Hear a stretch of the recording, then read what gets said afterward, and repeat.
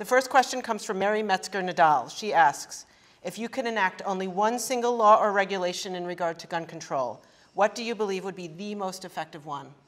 Mary, I don't think there's any one law that would be most effective. I think from the outset I pointed out this is a complicated issue and there's a multitask we have here to keep our children and our society safer. That includes background checks to keep guns out of the hands of people who under the law are not entitled to own them, whether they're convicted felons or whether they're fugitives from justice or whether they are people who are convicted of spousal assault, etc., and people with adjudicated mental illnesses that disqualify them.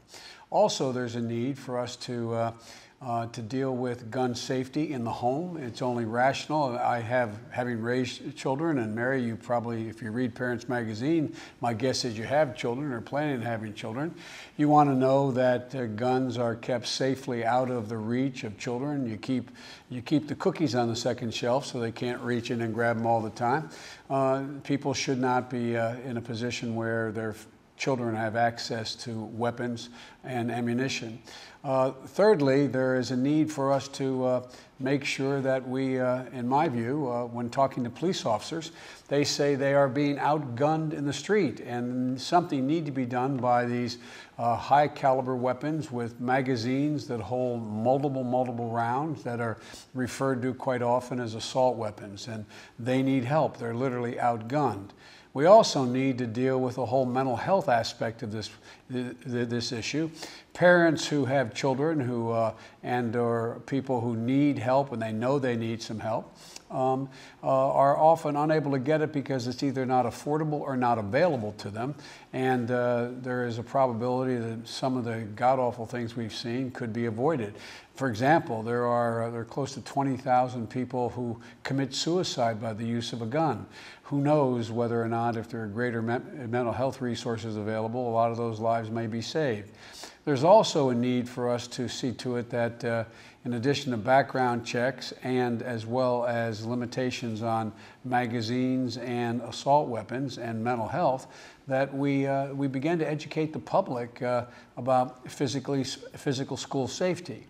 When I wrote the so-called crime bill, not so-called, it was referred to as the Biden crime bill in 1994, there was a provision that allowed for school resource officers, and that is to have a sworn officer in a school who would be there available and establish relationships with the children and in that school and gain the confidence of them so that a student would feel comfortable saying, you know, John, Officer John, you know, when so-and-so opened his locker today, there was a butt of a pistol hanging out of the top of his locker, or there's going to be a drug deal going down in the school, behind the school, etc.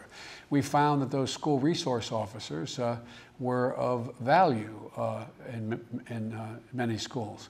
We haven't been funding them of late. We think they should be funded. We should give the local school district the option of having an armed policeman or an unarmed policeman, or for that matter, if they conclude they'd rather have a counselor in the school, a school psychologist, they could use the money for those purposes. But there's multiple things that have to be done, none of which are going to solve the whole problem, and all of which combined will not prevent all violent use of weapons illegally in our society.